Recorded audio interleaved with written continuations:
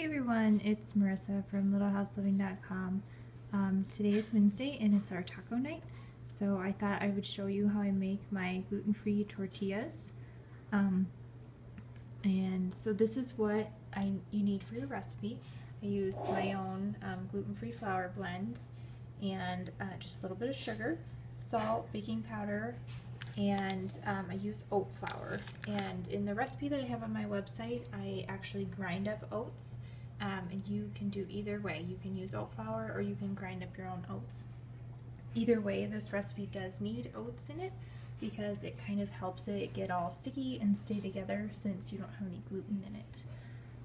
I've already mixed up my recipe here, and it's kind of so it's those ingredients and then some water, but you can kind of see the consistency. It's just kind of clumpy and sticky and doesn't really look like anything at all right now. To make these, you also need to have ready a plate, and this is just a wet paper towel, and I'll put that over the top of the tortillas as they come off the press, and it just keeps them moist and from getting too hard and crunchy. This is my tortilla press. I bought it about 9 years ago, I think. I tried to use just the cast iron tortilla presses that go on the stovetop before I got this one, but they just didn't work, especially with this kind of tortilla. This tortilla press is awesome.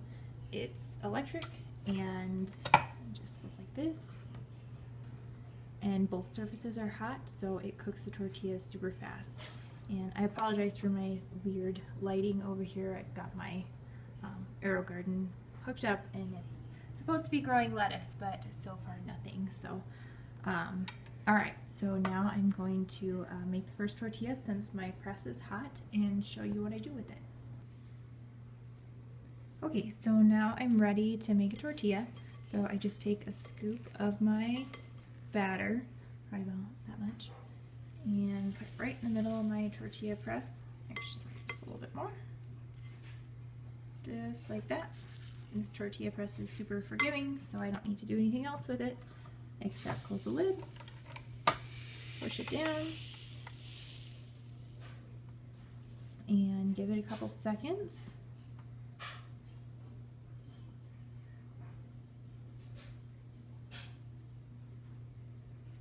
And we don't want to let it go too long, otherwise it will get all hard and crispy. So that's all it needs. And you just pop it off here, place it underneath my wet paper towel, and cover it up. And then I can do the next one and just keep on going until all my batter's been used. Alright, so I've got my tortillas finished. It only took me about 10 minutes or less to make the whole batch. One recipe makes about 10 tortillas depending on how big you make them. As you can see, they're really nice and soft and just like a regular soft tortilla that you'd get at the store. I just wanted to say a couple things about my